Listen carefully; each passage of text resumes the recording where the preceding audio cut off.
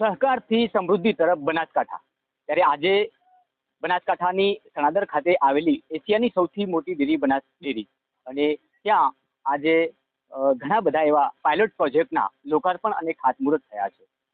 સૌથી મહત્વની વાત છે 50,000નું ક્રેડિટ કાર્ડ ખેડૂતો તેમજ પશુપાલન બહેનો માટે. આ પ્રોજેક્ટનું આખા ભારતમાં બનાસકાંઠાથી લોન્ચિંગ થયું છે, એ બનાસકાંઠા માટે ગૌરવ લેવા જેવી બાબત છે. આપણી સાથે માલધારી સેલના સંયોજક ડોક્ટર સંજયભાઈ દેસાઈ જોડાયા છે, એમની સાથે સીધી વાત કરશું. સાહેબ, મહત્વની વાત એ છે કે પહેલા તો આજે અહીંયા દેશના ગૃહ અને સહકારિતા મંત્રી આવવાના હતા, પરંતુ એમના બહેનના નિધનથી આવી નથી શક્યા. દુઃખની લાગણી અનુભવું છું હું પણ. પરંતુ બનાસકાંઠાને ગૌરવ લેવા જેવી બાબત એ છે કે બનાસકાંઠામાંથી ઘણા બધા પાયલટ પ્રોજેક્ટ જે અહીંથી લોન્ચ થયા છે, દેશ માટે સૌથી મોટી વાત. પહેલા તો આજે કેન્દ્રના ગૃહ અને સહકારિતા મંત્રી આદરણીય અમિતભાઈ શાહ સાહેબના બહેનનું જે અવસાન થયું છે એ માટે શોકની લાગણી વ્યક્ત કરીએ છીએ. એમના પરિવારને આ દુઃખદ પળોમાં ભગવાન ભોળાનાથ ખૂબ શક્તિ આપે સહન કરવાની, એવી પ્રાર્થના કરીએ છીએ. આદરણીય વિશ્વ પુરુષ શ્રી નરેન્દ્રભાઈ મોદી સાહેબ અને દેશના ગૃહ અને સહકારિતા મંત્રી આદરણીય શ્રી અમિતભાઈ શાહ સાહેબના માર્ગદર્શન હેઠળ સમગ્ર ભારત વર્ષની અંદર સહકાર ક્ષેત્રે આ દેશ સમૃદ્ધ બની રહ્યો છે. એમાં એશિયાની સર્વપ્રથમ ડેરી એટલે ગુજરાતની બનાસ ડેરી, અને એમાં અમારા વિધાનસભાના અધ્યક્ષ અને ચેરમેન શ્રી આદરણીય શ્રી શંકરભાઈ ચૌધરી સાહેબના નેતૃત્વ હેઠળ આજે બનાસ ડેરી ઉચ્ચતમ શિખરો પ્રાપ્ત કરી રહી છે. આજે ગુજરાત રાજ્યના મુખ્યમંત્રી શ્રી ભૂપેન્દ્રભાઈ પટેલ સાહેબના અધ્યક્ષ સ્થાને અને જીએસસી બેંકના ચેરમેન આદરણીય શ્રી અજયભાઈ પટેલ સાહેબ તથા રાજ્ય સરકારના મંત્રીશ્રીઓ, સંસદ સભ્યશ્રીઓ, ધારાસભ્યશ્રીઓ એમના વડપણ હેઠળ ખાસ કરીને એક દૂરંદેશી અભિગમ સાથે શ્રી શંકરભાઈ ચૌધરી સાહેબે જે આ જિલ્લાને પ્રગતિ અપાવી છે, ત્યારે સૌથી મોટું અને મહત્વનું કામ જો કહી શકાય તો ક્રેડિટ કાર્ડ 50,000 રૂપિયાનું સીધી લીટીમાં બનાસકાંઠા જિલ્લાની દરેક બહેનો 50,000 રૂપિયા તાત્કાલિક અસરથી ઉપાડી શકશે. અને બેંક, બનાસ બેંક દ્વારા જે આ અભિગમ અપનાવવામાં આવ્યો છે, અને ખાસ કરીને જે પ્રમાણે ડેરી અંદર જોડાય છે, કારણ કે પશુપાલન ક્ષેત્રે સમગ્ર ભારત વર્ષમાં બનાસકાંઠા જિલ્લો સર્વપ્રથમ નંબરે છે. એટલે 100% આજે તો બનાસકાંઠા માટે ખૂબ સારી બાબત છે કે આ જિલ્લાની પ્રગતિમાં એક મોટું સોપાન ઉમેરાયું છે, અને એ બધે ખૂબ ખૂબ અભિનંદન પાઠવું છું. મહત્વની વાત છે, ઘણા બધા ખેડૂતોના, પશુપાલકોના રિવ્યુ લીધા. જ્યારથી આપણા વિધાનસભાના અધ્યક્ષ શંકરભાઈ ચૌધરી એશિયાની સૌથી મોટી ડેરીના ચેરમેન બન્યા, અને એમને જ્યારથી કમાન સંભાળી છે, બનાસકાંઠાને કંઈક અવનવી ભેટ મળી રહી છે. બનાસકાંઠા ઇઝરાયલ બનાવવાનું જે એમનું સપનું છે, સાકાર થતું દેખાઈ રહ્યું.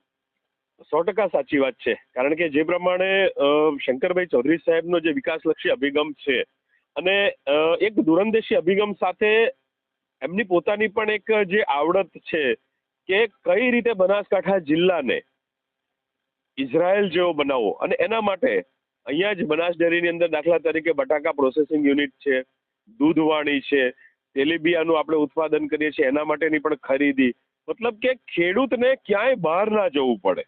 અને એક ખાસ મારે એ બાબત જોડવી જોઈએ કે હમણાં તાજેતરમાં જ્યારે એમના પિતાજીનું અવસાન થયું ત્યારે આપણા રાજ્યના ગવર્નર સાહેબ આવ્યા હતા, અને એમણે જે પ્રમાણે જિલ્લાના ખેડૂતો માટે આહવાન કર્યું, અને એ પ્રમાણે બનાસકાંઠા જિલ્લો જૈવિક ખેતી તરફ વળશે એ માટેના પણ એક સરસ પ્રયાસો આદરણીય શ્રી શંકરભાઈ ચૌધરી સાહેબ માટે તરફથી થઈ રહ્યા છે, એ પણ અભિનંદનને પાત્ર છે. ઘણા સમયથી બનાસકાંઠામાં અહીંયા દેખાઈ રહ્યું છે કે ક્યાંક ને ક્યાંક આ જૈવિક ખેતી તરફ ખેડૂતો વળ્યા છે, કારણ કે રાસાયણિક ખેતી તરફ જ્યારે વળ્યા હતા ત્યારે હાલમાં જે આવી પરિસ્થિતિના સામના કરી ચૂક્યા છે, જેવી કે કોરોનાની મહામારી સામે પણ આપણે લડવાનું થયું, પરંતુ એ જે જંતુનાશક દવાઓથી ઘણા બધા રોગો ઉત્પન્ન થતા હતા, તેનાથી પણ હવે કંઈક અંશે ખેડૂતો જાગૃત બન્યા છે. અને બનાસકાંઠામાં સૌ પ્રથમવાર અહીંયા જૈવિક ખેતી તરફ ખેડૂતો જ્યારે આગળ વધ્યા છે, ત્યારે બનાસ ડેરી સહભાગી બની છે. 100% આખો જિલ્લો પશુપાલન ક્ષેત્રે તો સંકળાયેલો જ છે, જોડે જોડે ખેતી પ્રધાન જિલ્લો છે.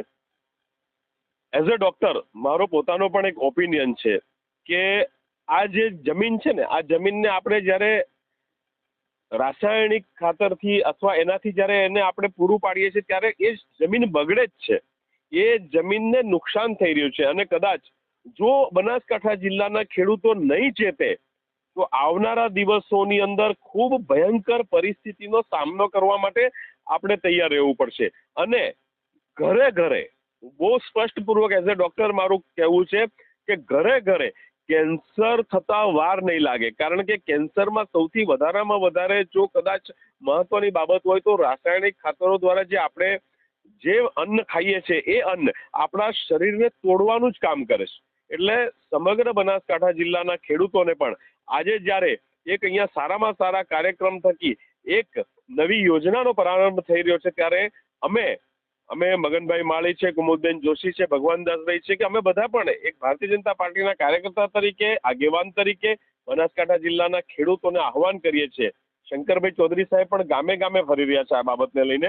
તો આવો આપણે પણ એમાં જોડાઈને જિલ્લાના ખેડૂતો રાસાયણિક ખેતરમાંથી બહાર નીકળીને જૈવિક ખેતી તરફ વળે, એના માટે આજે આપ સૌને આપના માધ્યમથી, બનાસતકના માધ્યમથી અમે એમને આહવાન કરીએ છીએ, વિનંતી કરીએ છીએ. સાહેબ, ખૂબ સારી બાબત કહેવાય કે હમણાં જ દિવાળી ગઈ છે, ત્યારબાદ આજે 15 જાન્યુઆરી, હમણાં અંદર જોયું ઢોલના ધબકારે એક બીજી દિવાળીનું આયોજન અહીંયા દેખાઈ રહ્યું છે. પરંતુ 22 તારીખે જે દિવાળી આવી રહી છે, ભગવાન રામચંદ્ર બિરાજમાન થઈ રહ્યા છે, રામ રાજ્ય ફરી પાછું આવી રહ્યું છે, લોકોમાં ખૂબ ઉત્સાહ છે, શું કહેશો?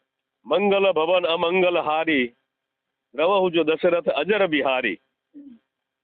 અહીંયા જ આ બધા મારી પાસે જ ઉપસ્થિત છે જે લોકો કાર સેવામાં જવાના હતા, ને આ રામ જન્મભૂમિ આંદોલન જોડે જોડાયેલા જ વ્યક્તિઓ અહીંયા જોડે ઊભા છે. અને એ વખતે કહેવાતું હતું કે રામ નામ કી ઓઢ કે ચાદર હમ અયોધ્યા જાએંગે, સોગંદ રામ કી ખાતે હૈ હમ મંદિર વહી બનાએંગે. આજે આ બનાસની ધરતી પરથી એ કોઠારી બંધુઓને યાદ કરીએ, આ બનાસની ધરતી પરથી એ કાર સેવકો જે મૃત્યુ પામ્યા હતા, જે લોકો શહીદ થયા હતા, એમને યાદ કરીને બનાસની ધરતી તરફથી પણ આજે બનાસની ધરતી નહીં, સમગ્ર ભારત વર્ષમાં 22મી જાન્યુઆરીએ દિવાળી થવાની છે. દિવાળીનો તહેવાર એ પહેલાથી ઉજવવાનો ચાલુ થઈ ગયો છે. ઘરે ઘરે રોમાંચ છે, ઘરે ઘરે હર ઘર મેં રામ રામ રામ બસે હે. અને આપે તો પેલું ગીત સાંભળ્યું જ હશે, ખાસ કરીને કયું મગનલાલ, રામ નામ ભારત કા બચ્ચા બચ્ચા રામ નામ બોલેગા. તો એ આ વિષયો છે કે આજે ઘરે ઘરે દરેક બાળકોને, દરેક યુવાનો, બહેનો, માતાઓ, વડીલો આજે જય શ્રી રામના નારા સાથે, આ સમગ્ર ગગનચુંબી નારાઓ સાથે ભગવાન રામનો 500 વર્ષ પછી જે અયોધ્યાની અંદર આપણા રામલલ્લા બિરાજવાના છે, ત્યારે આવો આપણે પણ આ દિવાળી ઉજવીએ અને આપણા રામલલ્લાને, આપણા રામ ભગવાનને, આપણા મર્યાદા પુરુષોત્તમને અયોધ્યાની અંદર બિરાજે ત્યારે આપણે પણ ઘરે ઘરે દીવડાઓ પ્રગટાવીને, ઘરે ઘરે લાઇટોથી શણગાર કરીને આપણે આપણા રામલલ્લાના પર્વને ઉજવીએ. થેન્ક યુ સાહેબ, અમારી સાથે જોડાવા બદલ. હું 6 ડિસેમ્બરે ત્યાં હતી. 6 ડિસેમ્બર 1992 ની અંદર મારે નાના છોકરાઓ મૂકીને હું ગયેલી, પણ એક જ લક્ષ્ય હતું કે કોઈ પણ ભોગે આ બાબરી તૂટવી જ જોઈએ, એ આપણું કલંક છે. અને એ વખતે મારા નાના છોકરા મૂકીને ગઈ ત્યારે મારા મિસ્ટરે કીધું જાય તો છે પણ તોડીને આવજે. અને સાહેબ તેમ નહીં માનો, લોકોની અંદર જે મેં જે નજારો જોયો છે કે આવી લોખંડની રેલિંગો લઈ, આપણા કાર સેવકોએ જે લોખંડની રેલી લઈ અને જાણે પેલી શેરડીના સાંઠા તોડતા હોય ને એમ તોડીને બાબરી પર ચડેલા છે. અને જ્યારે ઉપરથી પથ્થર આવે ને અને જ્યારે વાગે ત્યારે કે આ તો પ્રસાદ છે, અમે કહીએ કે ખસી જાવ તો ખસતા નતા, આ પ્રસાદ છે અમારા માટે કે. આજે આપના જ્યારે જે તે વખતે હમણાં તમે જ કીધું કે મારા પતિદેવે કહ્યું હતું, પરંતુ આજે તમે અમને યાદ કરાયું કે જો અમારા સપના સાકાર છે.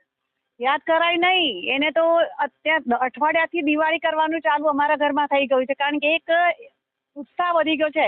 અને જ્યારથી ભારતીય જનતા પાર્ટી જ્યારે અમને વચન આપ્યું છે, હું પરિષદમાં કામ કરતી સંયોજક હતી, એ વખતે 92માં હું સંયોજક હતી, ત્યારે ખાલી રામ માટે જ હું જોડાયેલી હતી, વિશ્વ હિન્દુ પરિષદની અંદર પ્રમુખ હતી, પણ આના માટે જ જોડાયેલી હતી. નરેન્દ્રભાઈનું ખૂબ ઈચ્છા હતી કે ભાઈ ચલો હું ભાજપમાં જોડાઉં ને, અને એમાં એમને જ મને બીજેપીમાં લાવીને જિલ્લા પંચાયતની પ્રમુખ બનાવી. નાનામાં નાની કાર્યકર્તા હતી, તેમ છતાં મને જિલ્લા પંચાયતની સીટ આપી. પણ આ જે સપનું હતું મેં છોડ્યું નહોતું, અને સતત એક જ પ્રાર્થના હતી કે મંદિર તો બનવું જોઈએ. ને એવા તો કેટલા લોકો હતા કે જેને ચંપલની બાધા રાખી, કોઈએ ખાંડની બાધા રાખી, કોઈએ અમુક કપડાં કલર પહેરવાની બાધા રાખી, એવા કાર્યકર્તાઓ નહીં પણ એવા લોકો જે ભક્તો હતા કે રામ મંદિર તો બનવું જોઈએ, અને એ રામ મંદિર જ્યારે બની રહ્યું છે ત્યારે એટલો આનંદ જેની કોઈ સીમા નથી અમારા ઘરમાં. અને અમારા બિલકુલ ભારતીય જનતા પાર્ટીનો એ જ તો પ્લસ પોઈન્ટ છે કે નાનામાં નાના કાર્યકર્તાની નોંધ લે છે ને એને કંઈક ના કંઈક હોદ્દો આપીને એમને એક કામ કરવાની તક આપી છે. તેવા જ મારી સાથે મગન કાકા જોડાયા છે, જે વર્ષોથી મીડિયા સાથે સંકળાયેલા હતા, પરંતુ તે ભારતીય જનતા પાર્ટીના એક સક્રિય કાર્યકર્તાઓ છે. અને હાલમાં જેમ ડોક્ટર સંજયભાઈએ કહ્યું એમ વર્ષોથી રામલલ્લાના દર્શન માટે તડપી રહ્યા હતા. કાર સેવકમાં પણ તેઓ યોગદાન આપ્યું છે મહત્વનું. અમારા